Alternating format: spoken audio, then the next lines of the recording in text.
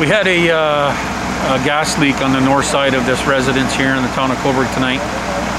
Substantial readings on our alarm when we entered in the basement area.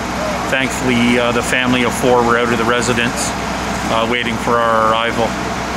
Tell me about, if you can, what the readings were, how dangerous this could have been if the carbon monoxide detector wasn't there. So our monitors are set for a sequence of alarms to go off in A1.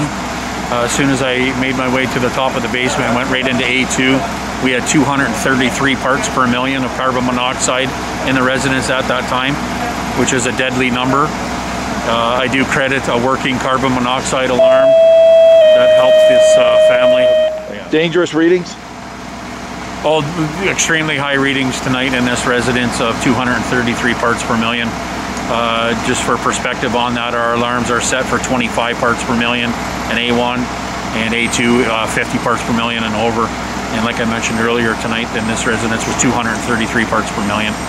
So I do credit working carbon monoxide alarms in the residence tonight that alerted the family that got out safely. They are at the Northumberland Hills Hospital getting checked out. One of the occupants in the house was experiencing some carbon monoxide poisoning symptoms, so we've sent them to the hospital to get checked out. This might be an open question.